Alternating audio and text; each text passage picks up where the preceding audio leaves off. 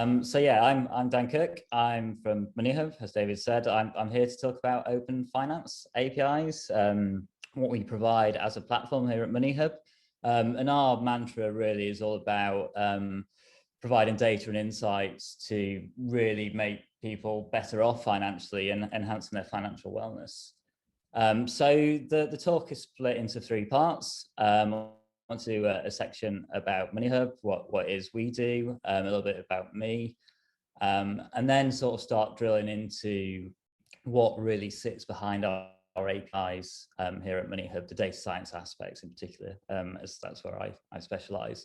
And then the final part, I really want to get into a bit of a case study and show some technical stuff about how we identify, or how you could identify retailers. So I say counterparties, which might be a foreign word to some people, but really the retailer in a transaction like Tesco, because there's lots of other junk that occurs around the retailer. You see the dates and all the rest of it in there. And I'm going to use deep learning to do that. So a little bit about me. Yeah, I'm a data scientist at Moneyhub. I'm the only data scientist currently at Moneyhub, so I definitely call myself the lead data scientist, even though it doesn't say that on my contract. I've got over a decade of experience as a software architect and a dev. So I'm one of the people that did the journey into data science, starting out in programming and then ending up as data scientists. I know a lot of people come from the sort of maths background and then have to learn the programming on the job. I suppose there's challenges for either of those paths. To be honest, I've had to learn the maths at the end rather than the beginning. And as I was saying, we previously met through Data Science Festival. I've done a workshop at the London event as a data engineer, specifically on Hadoop. So yeah, I've got experience with big data in my past, and I sort of got into data science through doing natural language processing, so taking lots of different, or taking a vast corpus of text documents and pulling out facts in there through natural language processing to present a really concise view to a user of that information without them having to spend 2 years reading all the details. I've done a lot of work on SLAM, so localization and mapping, particularly the localization aspects of pinpointing where people are in buildings without GPS, which is very different to fintech. So, as with any open banking talk, I think it makes sense to define what, or at least explain what open banking is. I like doing this without the acronyms. So in a nutshell, it enables third parties. And I think the key thing here is with consent from the user to retrieve your banking data. And that could be from any of the financial institutions that you have accounts with. And it also enables those third parties to make payments. So you can use a third party app and do account to account transfers using open banking. So they're the two key elements really. And I think there's really powerful things that can be done with this. So you can aggregate someone's finances into one place. So their current accounts, credit cards, pensions, investments, mortgages, all of those things you can get into one app, one product, and really give someone an overview of what their net worth is, how much they're spending, where they're spending it. And it's not that sort of segregated view that a single bank has. And I think the real power is transaction data. And I think that before I'm going to caveat what I'm about to say on this final bullet point with consent is key here. But open banking data gives companies a very detailed insight into your lifestyle. If you think about what occurs on your bank statements, it says where you shop, what type of food you like, what takeaway you go to, what you do for leisure, what you do for fun. It can even indicate when you're on holiday, because a lot of the transactions carry location information. You could build someone's life planner around open banking data. You could identify when they're somewhere different, when they're on holiday, and say, well, I planned your week for you because I know what restaurants in this, are in this area. I know you like this type of food. I know you do this. You go cycling, like you could go here and do that. You can really plan someone's week, which is crazy scary, really, in a way, which is why it's great that GDPR is around there. So in terms of Moneyhub, we connect to over 200 financial institutions in the UK. So we provide a layer that does that, and we've done all the wiring under the hood to achieve that. So we can pull back transactions from all of those accounts from lots of different places for an individual. And we can provide those through an API or through a white label product that we have. So yeah, we sort of have two key elements that we provide. You can access our APIs and pay to access our APIs, and then build your own use case on top. So you build your own app or website or what have you.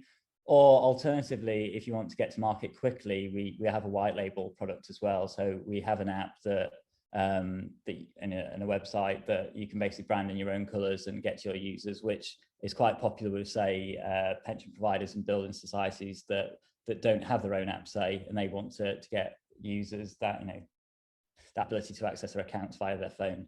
And in between all of that, we've got not just the raw data, but we build insights on top of that. So we've got derived intelligence where we use machine learning and other cool stuff to not just present the raw data, but get some aggregated view that's really helpful to tailor your own specific use cases to. And we also provide that payments option, so people can move money between accounts through our APIs. Here's some sort of screenshots. So we also do a direct consumer proposition. You can actually download this on the App Store and have a play with it.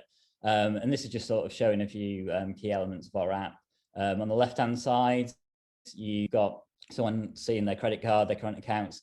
You can even connect your property through Zoopla, and you can basically work out how much money you have in total, your net worth, which for some is not really like our ideal target market, but some users just love looking at that number and watching it go up. I particularly like, and particularly like when people use us for the budgeting aspects of our app. So the sort of second phone you've got here is showing someone looking at their transactions with categorizations on there. We see that they've spent some money on eating out, on visiting their friends, and then this feeds into like a budget screen, and people can see how far through their budget they are for any given month, and know if they need to cut back. And some of the data sciencey stuff we do drives the nice insights we get here, where we nudge people towards making better decisions. Like there's, say, like you've got X number of subscriptions. Did you know that switching supplier for this thing, you could save this much money? So that's really like what our nudges are all about. Like, how do you help the user spend their money better? And there's a nice screen there at the end of payments. Some of it, I'll just quickly whiz through this, is some of our API clients that are building their own use cases. So on the left, we've got Lumio, which is all targeted at, so they built their own app off our APIs. They're all targeted at millennials and helping them save and spend their money in a better way, make better decisions. Over on the right-hand side, we've got Sugi, which is all about people making greener, more ethical investments. And ARC is tailoring towards like the higher end of the market, the high net worth individuals. And then Open Money, I think, sort of sits somewhere between Lumio and ARC. I'm probably not the best person to talk about all of our API clients. Jumping on to affordability. So one of the things that excited me about joining Moneyhub is some of making things more accessible for people. So we've been looking at how to get more people approved for mortgage applications. If you think about it, mortgage applications are a little bit crazy. Well, buying a house is a little bit crazy, right? But mortgage applications are part of that crazy process that, whether you paid your utility bill on time is like, if you haven't done that, there's a good chance you won't get a mortgage. And only looking at like the past 3 months worth of someone's pay slips, through open banking, you can get a much bigger holistic view of someone's financial profile. Have they always held down a job? Why did they take that year out? It gives you a much more complete picture. A good example is the person who rents and doesn't have the utility bills in their name. They potentially have a very bad credit score. Whereas if you looked at their open banking data, you'd say this person's a dead cert from a mortgage. They've always paid their rent. They've always transferred the money for their utility bills to their friend, and it gives you that picture that the credit score potentially doesn't. So we're sort of in the second section now. So I've sort of whizzed through a little bit about me and what we do at Moneyhub. And I really want to get into our APIs that we provide and the data science that sort of sits behind those, because that's obviously the area I'm very passionate about. It's a lot easier for me to talk about. So this section is sort of split into 3 smaller sections. What the areas I want to talk about, a transaction categorization, and this is sort of a big driver to a lot of other bits of functionality we have in our white label app and through our APIs. And it's all about that thing. Someone spent some money somewhere. What does that retailer, what does that counterparty, provide? So for instance, I blanked out a few things on the screen on the right hand side. Recently bought some new glasses. I hope everyone's like looking at it going, oh, they're a nice pair of glasses. They're very expensive, well, probably not really. But you see that's labeled as personal care. It's been categorized, so it's classification in the ML sense. I enjoy buying sausage rolls from my local bakery. It's eating out my salary, and I've transferred money to the joint account to pay my bills. So, that whole aspect, you want to label stuff with the right categories, and that obviously drives into the budgeting screen. The second thing I'm going to briefly talk about is counterparty identification. You'll see this in a lot more detail in the sort of final case study I do. How do you identify the retailer that's present in a transaction? And if you think about it, it gives a more fine-grained view than the coarse grain category put on something. And it enables you to start doing things like, are you spending money at a company that isn't very carbon friendly, environmentally friendly? You can add all of those things up on someone's account.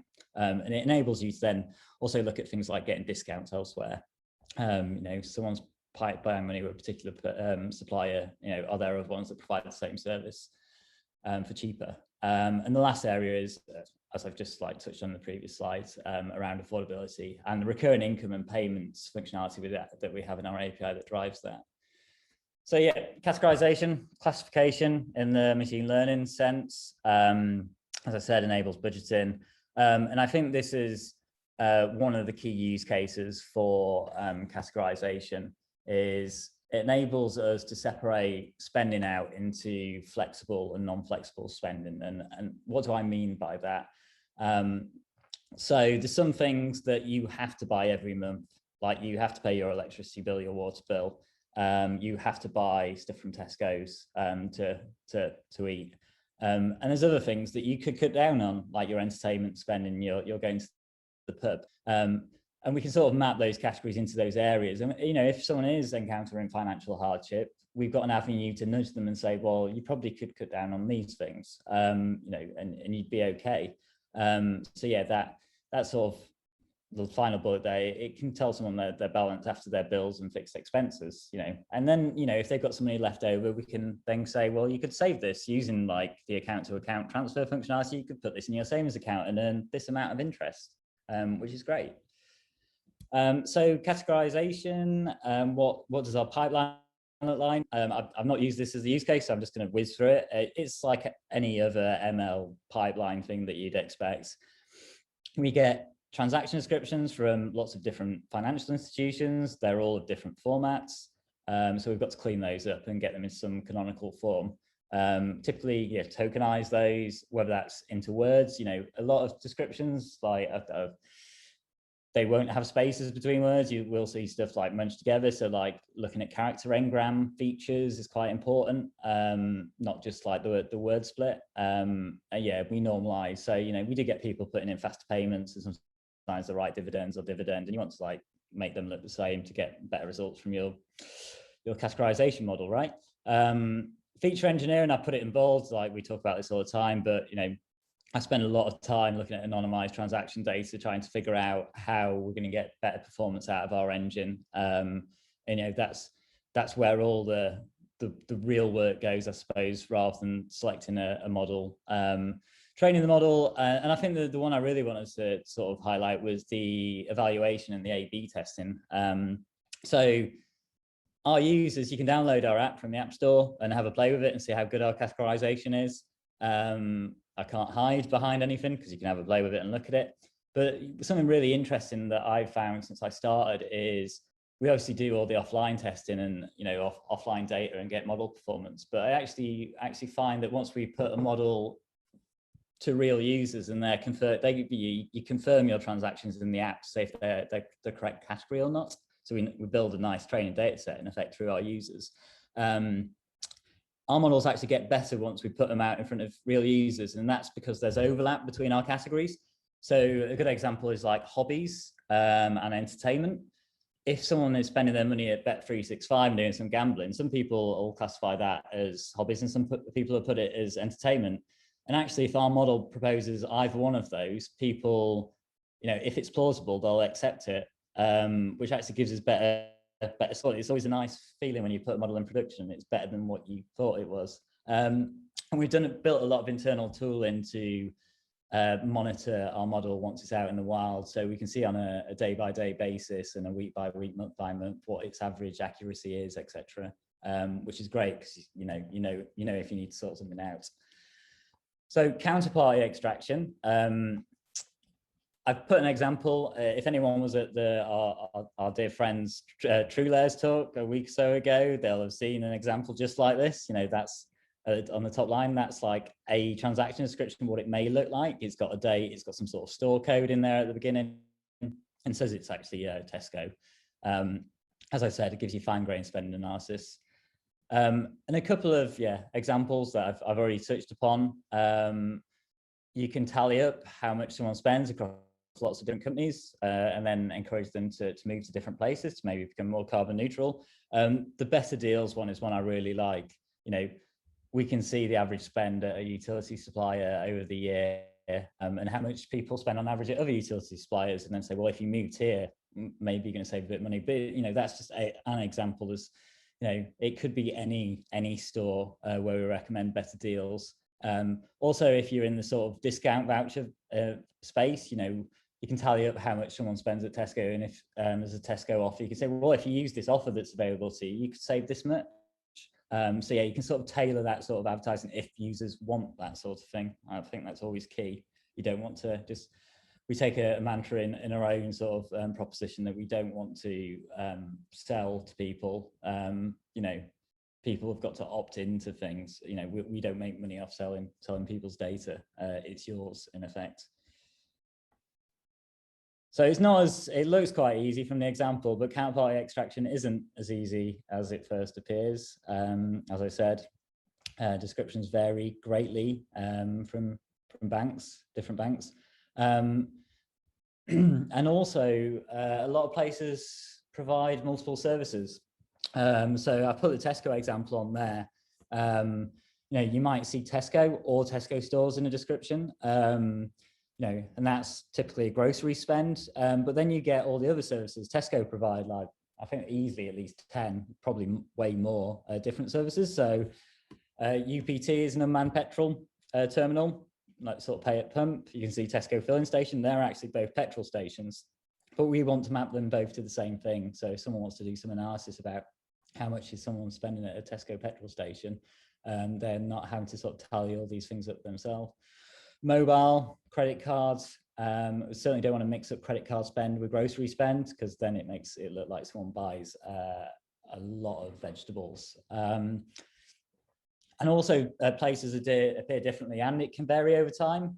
For instance, like recently, British Gas stopped coming across as, it used to come across as BR Gas, all one word. Now it comes across as British Gas. So we've got to tailor for all those different variations. And that's what we sort of do behind our API. We do that work so you don't have to, basically. And sort of jumping into the final overview of the sort of core elements that we've got in or 3 core elements of our API and the data science that lives behind of it, is recurring income and payments. I like this one because I've done a lot of work on this one over the sort of past few months. So we've got some nice APIs that can tell you recurring income and payments on your account. So that could be your salary going in every month, which is obviously very good for affordability. You can see what someone's income is and how much it varies. And for payments, it could be those standing orders and direct debits you've got set up for your Netflix or what have you. Not necessarily just standing orders or direct debits, can be card payments as well. You don't always pay services via a direct debit. I think the key thing to say is we're not a bank, so we don't have we don't see the mandate up front. We have to look at your past historical data and do some analysis to figure out when it's next going to occur, that payment to that company, and how much it's going to be for. So we do this through a bit of NLP, looking at past descriptions for that transaction, a bit of time series analysis, and statistical techniques. So, when I say time series analysis, we're looking at when payments normally occur for that particular counterparty, and also, how much, what's the pattern in the variation on the amounts. And our APIs provide like confidence intervals. Generally, if I don't say anything, we generally work to like a 95% precision recall, confidence interval basis. Like that's normally my stock answer. Internally, I always build like integration test suites and label lots of data and make sure we're at that sort of 95% region. If we say the amount's going to be between this range for the prediction interval, 95 times out of 100, it will be between that range. And it's all of this sort of recurring income payments is a key pillar of the affordability check for mortgage applications. And it means we can do a lot of clever nudges, like predicting when someone's going to go overdrawn based on their balance and what payments are going to come out of their account.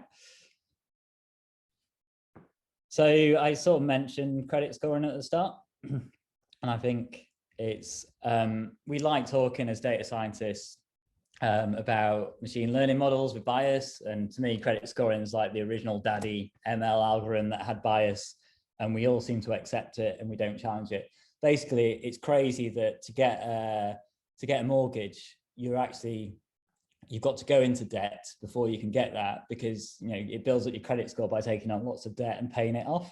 If someone that astute saver that's always had a good salary, has always kept their spending to a minimal, but never really gone out and got loans on things, might have a poorer score than that person that's forever in debt, which is crazy if you think about it. So yeah, the example I said before, someone that rents doesn't have utility bills in their name, they might not have a lot on their credit record. Whereas you go through the APIs and recurring income and payments is a key pillar of this, you can really start making that decision on whether someone can afford a mortgage because you've got their financial history. And if anyone's gone for a mortgage recently, you'll probably remember going for a mortgage once I mentioned this. There's always those forms you have to fill in where it asks you a detailed breakdown on how you spend your money. How much do you spend on entertainment? How much do you spend on eating out? And obviously through our categorization engine, we've got all those numbers and you can pull them from the API. Or if you use the Moneyhub app, you can like look at the app, the white label app or the direct to consumer one, and just pull those numbers out and actually put them on your form. So yeah, that painful thing where you go through a bank statement and add it up by hand. And before we sort of get into the sort of real technical stuff, rent recognition is something that we're just about to deliver in our white label product. And I think direct to consumer, but I can stand corrected on that. And yeah, I think it is going, like you'll be able to get this on the App Store soon. So Experian have been doing a lot of advertising about this. I suppose we're different in a way that we only send the bare minimum we have to Experian. But this is all about if you've been paying rent for the past few months, you can send those details off to Experian, and it can only improve your credit score. It won't make it worse, which is great. And the way we do that is we look at your past history and look at find that regular payment to your estate agent or your landlord, and then you can go through a bunch of screens. It says here they are, we found them all, and then you can go away and send those things. So our data science tech stack is, I just wanted to briefly talk about this. I could put a lot more logos on here, but it's typically what you'd see at any sort of modern company. It's Python, NumPy. I could have put the Jupyter logo on there, scikit-learn for all of our sort of, well, scikit-learn for the models, Python, NumPy, Pandas, Jupyter for sort of data exploration. Our ML ops side of things, we live on Athena. AWS stack, and use SageMaker for deploying our models. So Athena for those SQL queries at scale, SageMaker for our ML models. It's way better, I think, than Kubeflow. Maybe it's improved recently, but my impression of Kubeflow was it was basically a bunch of technologies that someone had gaffer taped together, which is pretty much how I do my DIY at home. The only odd thing about our data science tech stack is our production infrastructure is in Node.js in JavaScript. So occasionally as a data science team, we do write modules in JavaScript if they're a data science module, because then it can be included in the production stack to do things very quickly. So getting into the bit that probably everyone, well, maybe everyone wanted to see is sort of case study on counterparty extraction. So already seen a little bit of this, the problem statement. You want to pull out the spend at a particular retailer counterparty, and it can appear in many different forms. You know, the top one there has got some sort of store code, a date, the counterparty, and the town. Here it comes first, then there's the store code 2 times in the town. Here you've got the payment method. So you're sort of getting the gist here that it can appear anywhere in there. And as I said before, there's lots of different variations for Tesco. Things change over time. So this might as well be a picture of my dad. So my dad used to be a mechanic down the pit, and that nice northern profession. And this is how he used to repair my car, to be honest. Every time I asked him to repair my car, he would come with a sledgehammer, pretty much. And I think the thing I want everyone to think about when I present this is, am I using the right tool for the job? And I think that's probably a message everyone can take away. Anyone that works in technology. I suppose we're particularly guilty of this as data scientists, is we know all this cool stuff, or think we know this cool stuff anyway. And if we want to play with something cool, we probably can bamboozle everyone and say we can solve this problem using this cool tech. It isn't always necessarily the right choice.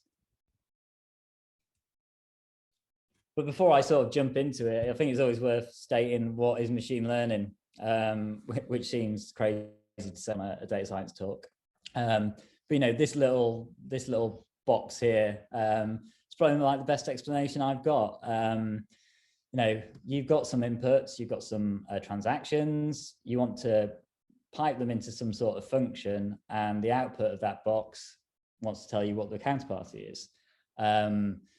Traditional software development has been focused about encoding this function up front. So not really looking at the data so much, but encoding a set of rules that encapsulate what it means to be this function. So like regexes, you could do a bunch of regexes that take the counterparties and run on them, and take the transaction descriptions, run on them, and spit out the counterparties.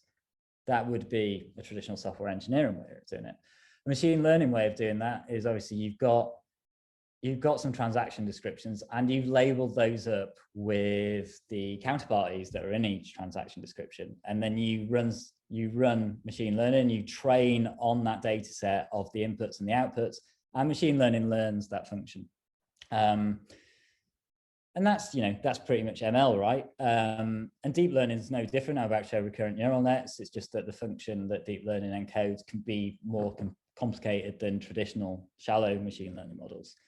I think the other thing we're talking about before I jump into the details of the case study is, for machine learning to work, and particularly deep learning, you need a fair amount of training examples. So imagine this is the function you're trying to encode. It looks like some sort of XQ thing. If you've only got these data points, which happen to be the local minima and maxima, but ignore that, and the intercept.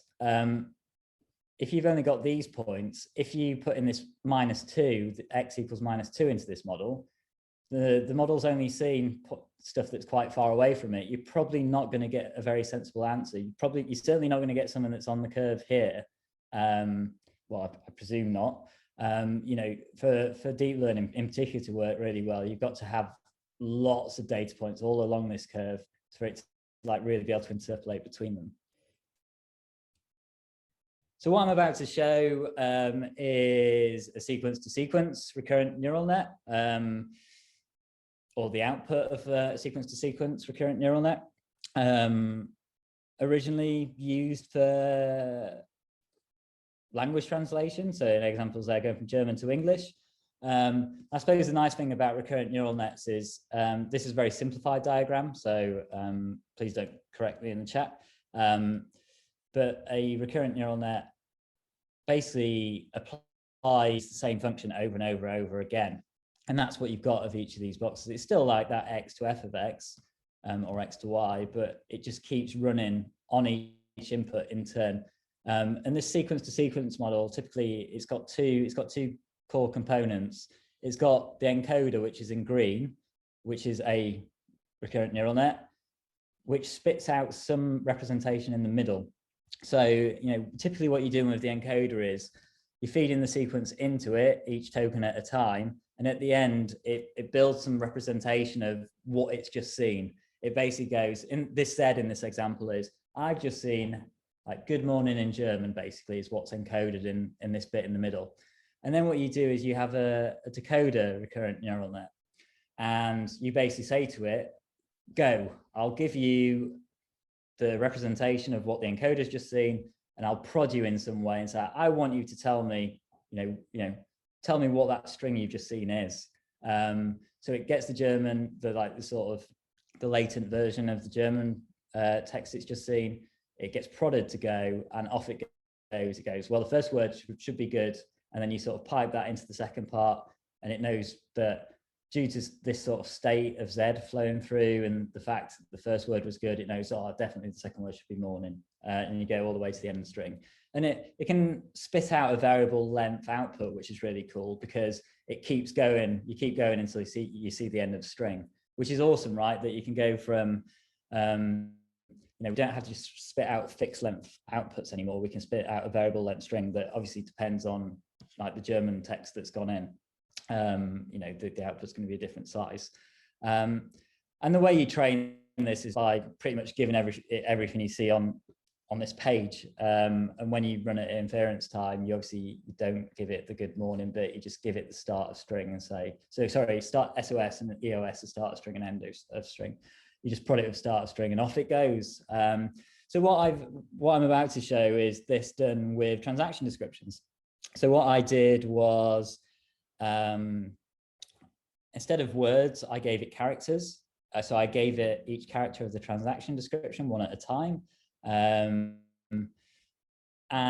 the outputs I trained it on, so I basically gave it the transaction descriptions, and the outputs I asked it to predict were the counterparty that it saw in the transaction. So at training time, I gave it the counterparties it should spit out, and obviously I'm about to show the inference time where it doesn't have that. So yeah, I'll jump straight into that. Let me just make this a little bit bigger. Hopefully, I'm sure David will shout at me if you can't see the terminal on the screen. So I'm obviously not going to train it, otherwise I might go way over my 45-minute talk slot. But I basically got a bunch of examples that I'm about to run through. And here we go. So the first line of each of those is the transaction description, the raw transaction description, and the second line is what the decoder spat out in the recurrent neural net. So you see it's done something really cool. It's taken Tesco UPT, and which is a man petrol terminal, and it's actually formatted it really nicely and said that's Tesco pay at pump, which is awesome. It's picked out the Tesco stores out of there. It seems to be doing a great job of like picking them out. My training data set, I labeled up a whole bunch of Tesco's and Sainsbury's, so it's unsurprisingly doing a good job. Here, what is going on here? So Hart's Bakery is like a really awesome bakery, a pastry shop. Just great croissants that's right outside Temple Meads in Bristol. If you ever come to Bristol Temple Meads, I encourage everyone to come out the station, turn left, and you'll see a really weird staircase that you can go down. You go down there and you find a hidden bakery that's awesome. But you see it said Hart's Bakery is bank credit, which is completely not right. And it comes down to what I showed earlier on with that little diagram, where I said if you don't give it enough training examples, you probably won't be able to interpolate between them. it turns out I labeled up about 200 counterparties on lots of different examples. And because deep learning is so powerful and learns such complex functions, it learned to memorize those 200. And if you run this, it'll only ever spit out one of those 200 in effect on whatever description it sees, which isn't good enough. I'd have to probably label a huge amount of data to ever get this to like sort of generalize to predicting Hart's Bakery. So we'll sort of jump back into the slides. And the great things about neural nets is you can build all sorts of crazy architectures that you want. So arguably what I'm about to show again the second time round isn't a sequence to sequence model. Or arguably, you'd have to probably call it like DAMNet or something else just to get a paper published on it. But I've done something different here. So I'm showing the representation that I've been plumbing. I've just shown as an example for the encoder. Basically, you start off, you feed a character at a time, end of string to tell it to spit out this latent representation. But I've done something different with the decoder this time. Instead of telling it it's the start of string and then letting it go away on its own and spit out the string as it sees fit. I've done like a character mask sort of thing here.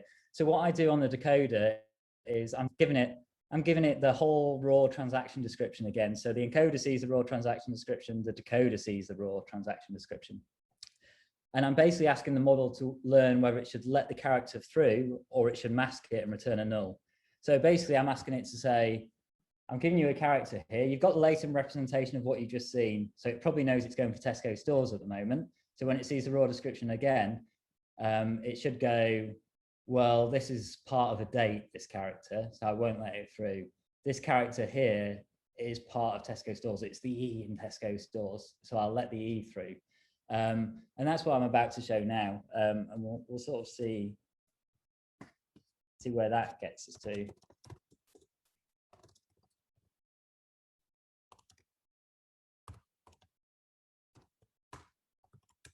So already a pre-trained model as before, and I'm just about to put the same set of examples through it again. You'll see it's done awesome on Tesco again. Obviously, one of the problems with this sort of architecture is I've not got that pretty formatting anymore, where Tesco UPT has gone to a Tesco petrol station or pay at pump or whatever I labeled it as. It's just kept, it's only letting these characters through or not, so it's remained as Tesco UPT. You'll see this one hasn't come out quite right. It's almost got the Tesco stores, but it nulled out the T. And that's probably just due to a lack of training data. I didn't read too much into that one when I saw it. You see the rest of sort of spat out okay.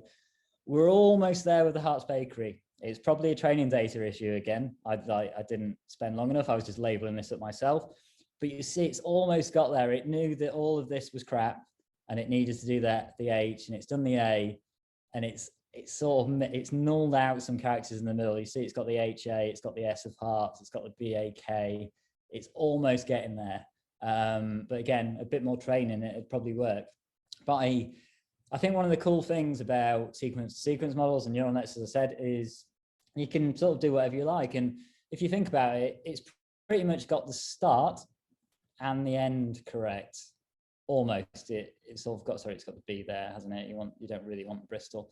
So it's almost got the start and end index correct. If I reformulated it and asked the second half of the sequence model, the decoder, just to spit out the index of the start of the counterparty and the index of the end of the counterparty, actually this would probably be not far off being perfect for the limited amount of training data that I used here.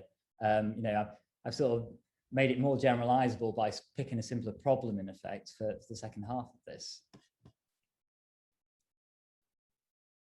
So that was sort of a brief how can you confuse everyone with a recurrent neural net really quickly section sort of coming to a conclusion. I sort of just wanted to step back before we get to the end of the talk and just talk about us at Moneyhub. And our mantra and what we really want is we want positive user outcomes.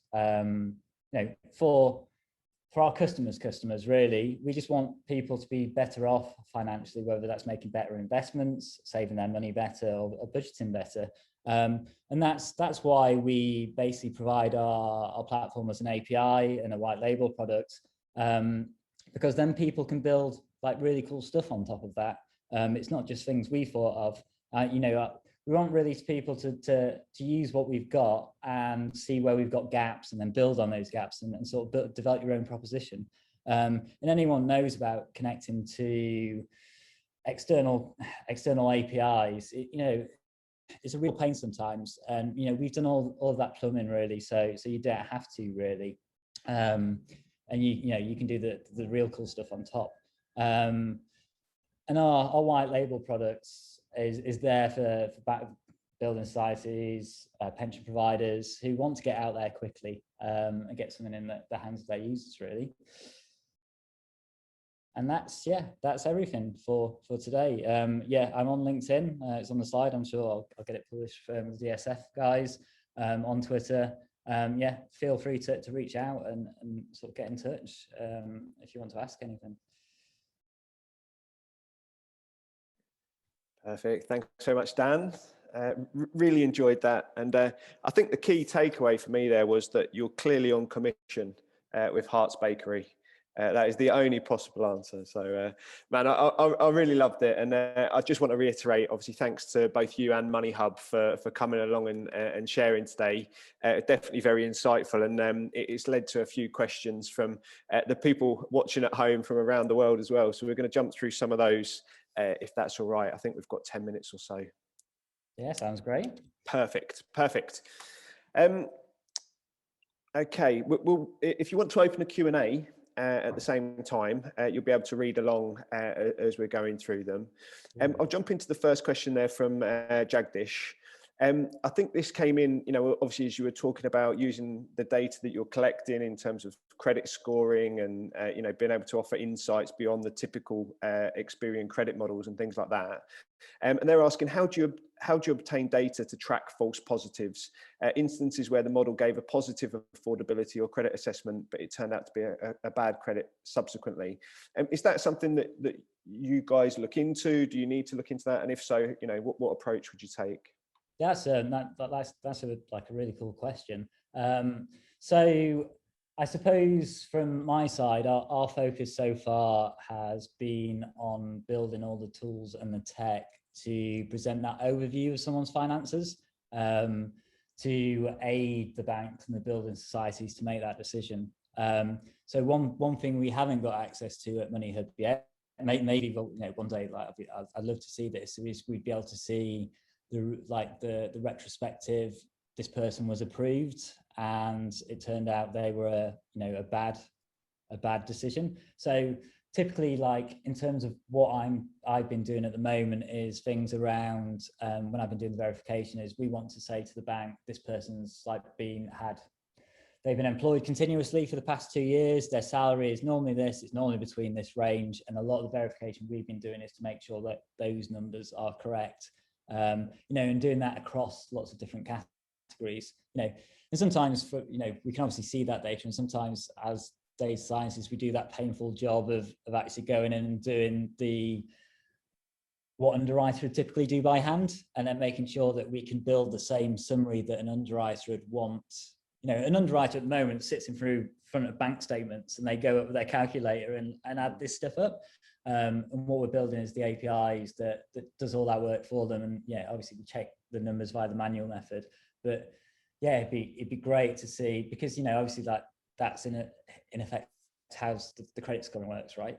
They see the sort of second half. And I think the interesting thing is, you don't, as we always we're dealing in an uncertain domain, and we don't always get it. The decisions banks make aren't always right. It's all about minimizing risk, isn't it? You have to accept that you're going to make some bad decisions occasionally. It's just did you do everything in your power to stop them? What's the loss to the bank of not approving someone and not getting their custom versus approving them, and maybe they defaulting? And I think at the moment that certainly the banks are too cautious. They probably could make more money if they approve more people, and open banking data is one way they can approve more and be confident that that segment that they're approving are unlikely to default. Yeah, that makes sense. And I guess a question in terms of open banking, I must confess I've been learning more and more about open banking over our FinTech month. So it's certainly been good for me. But in terms of, when you give permission for someone to be able to, connect to your financial institutions and get your data, how far back does that go? I mean, when you get the access, do you go back years and years, or does it start from that point and work forward? It's configurable, and obviously with like GDPR, like in Moneyhub, if you use our direct to consumer proposition, it tells you, like, you get that prompt and says we're going to take your, look at, like, pull back the last 12, not look at, pull back the last 12 months of transaction data. Yeah, I'm the API guys that do the connections probably correct me. You can go quite far back. You can go 2 or 3 years back. Mm-hmm. I don't know if you can go further than that. I know you can definitely go 2 or 3 years back, but again, it comes down to that. What are you doing with it, and why are you doing it? And, like, I think as users and particularly data aware users, you should always tell your user why you're going that far back. And for what we do, it makes sense for some things to go a reason, but like if you go 2 years back, you can see everyone's annual subscriptions, and then you could say, well, actually we're going 2 years back because we'll be able to potentially recommend better deals for your annual subscriptions that you have, and also remind you when they're about to happen. Like, The Economist gets me every year. They take that payment out. Like, I'm like, the same with the FT. I was going to cancel it. They've got you for another 12 months before you know it. Mate, awesome. And I think talking with you now, it almost seems a bit archaic, doesn't it? That send 3 months of your bank statements to apply for a mortgage and stuff like that. And I mean, do you think going for it, again, this is perhaps not a question for you, but in the future, applying for credit, applying for a mortgage, do you think it might be a prerequisite in that process to open up your open banking for them to look at the past year, 2 years to make a lending decision, or do you not? I think I think that's the way it's going, and I think it's going to be positive for everyone to go like in that direction. As I was saying before, it makes credit more accessible for more people, because it widens what can be looked at, but also at the same time it potentially minimizes it as well, because there's no reason that you have to send exactly like each and every store you shopped at to a bank. It's top level summaries that they really need of your sort of income. But yeah, I think we are heading in that direction. I think, like, in a dream world for me, I'm shortly about to buy a house again. A dream world for me would be, like, the house buying process, you start it, and then you have to, like, even though everyone's got electronic banking now, it's like, oh, can you give us like printed version of your statements? It's like, no one gets these anymore. Oh, they've got to be try and find a utility bill or something. Try and find a utility bill in your name that isn't electronic. I think, in an ideal world, you should be able to get approved for a mortgage in seconds, right? You should be able to go to a website and say, I want this amount of money. I consent to you to look at, like, my past 12 months to make a decision on, like, whether I should get this mortgage or not. Click it, boom, bang, you've, like, here's your money, sir. Why do we have to go through this process where you put all your bank statements in the post, and then an underwriter takes 2 weeks, like, to look at, and then they ring you up and you're not in, and then they can't be asked to ring you again because they've got this backlog of paperwork to do. It's like, I think, this is the future. We've just got to get there. Ripe for disruption. I love to hear it. I'm going to jump back into the Q&A. I feel like, sorry everyone at home, I've snuck 2 of my own questions in there, so apologies. We'll jump onto that top question there from Jitendra. What are the models using for ML training? How often do you train your data? I guess because all clients have different data sets.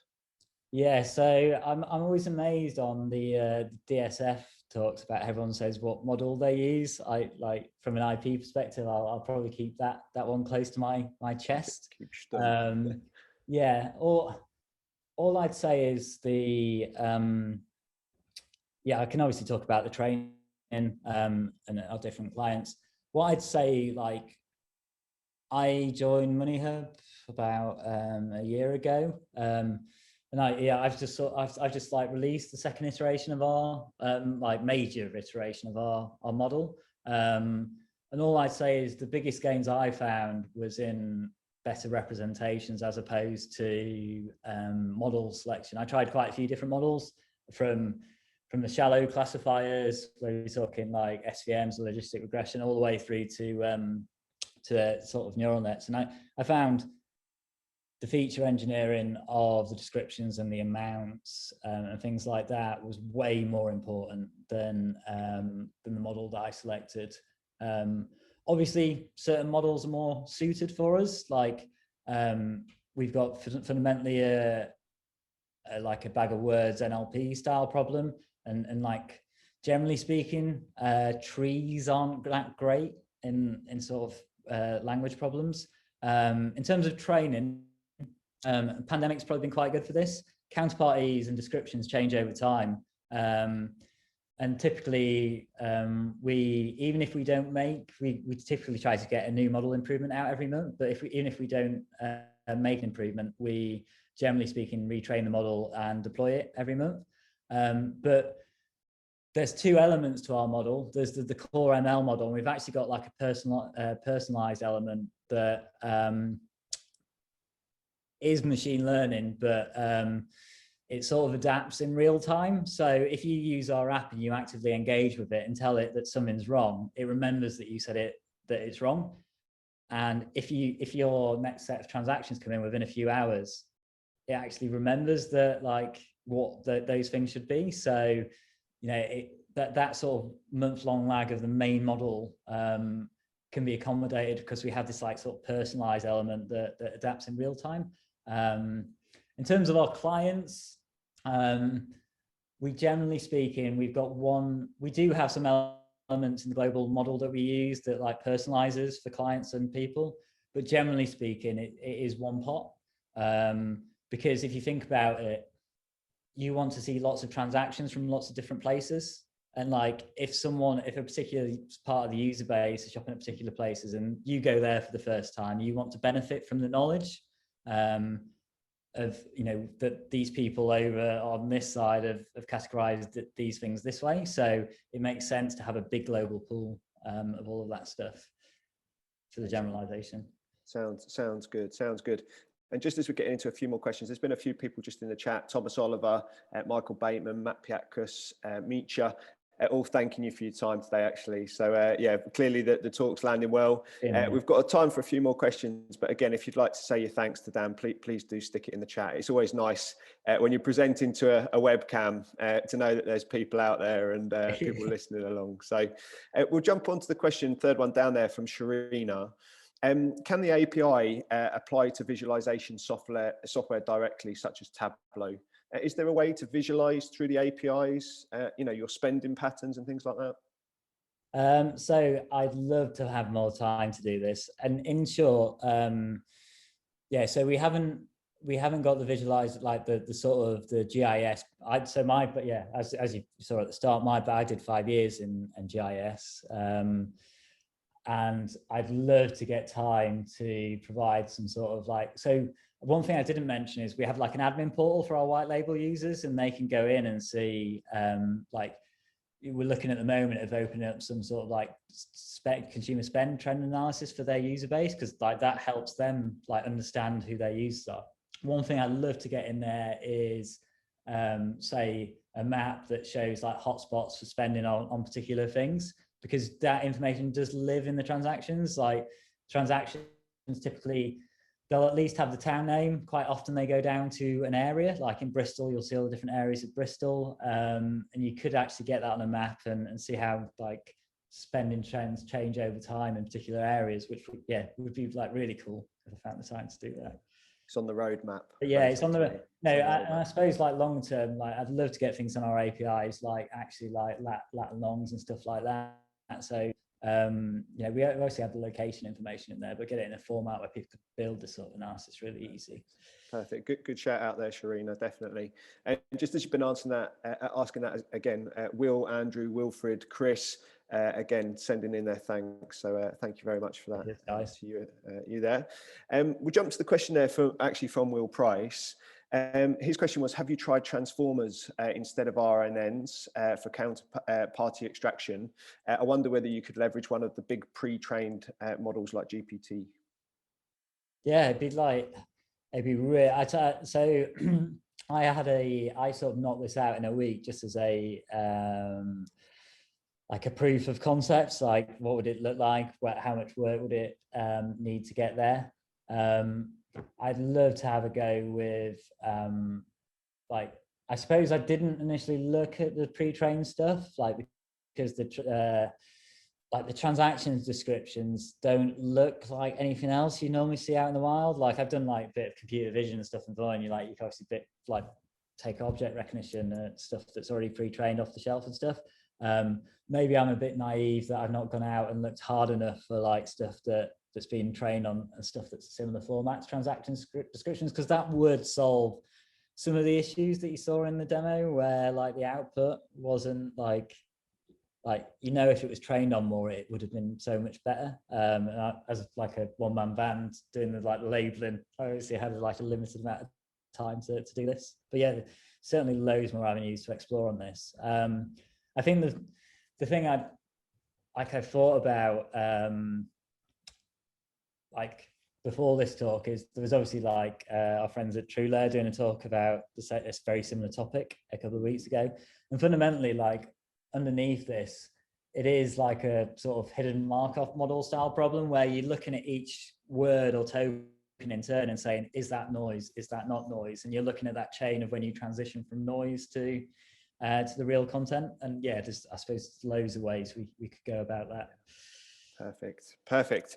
I am conscious of time. We've actually gone slightly over, Dan. I was firing through all those questions. We tried to keep these sessions to the 1 hour for people's lunch times in the UK. So I will start to draw things to a close now. I definitely want to end with a few thank yous. So yeah, first of all, thank you everyone that's joined out there around the UK, around the world. It's great to have you with us. I hope you've enjoyed it. I would definitely say, please do check out Dan and also Moneyhub directly. Dan's obviously kindly offered to be contactable, so please do follow up with him if you'd like to. And I'd also check out the Moneyhub website and careers page. I know they've got plans to grow and scale, so I'm sure they're very happy to hear from people within the community over time. So I guess just finally to obviously thank you for giving up your time, Dan, and it's always great having you speak. And actually, it'd be great to have you back a bit later in the year perhaps as well, and see where you've taken Moneyhub and what you've been working on through 2021. But yeah, hopefully you enjoyed that. And enjoyed being part of the festival again. Oh yeah, thanks very much for having me, David. And yeah, thank you everyone for tuning in. Perfect. Thanks very much, everyone. Anyone, but yeah. We'll be back to real life soon, Dan. Soon, I promise. But yeah, thank you all at home, and yeah, hopefully see you at next week's session with Cleo. So thank you all very much, and see you soon. Thanks all. Goodbye.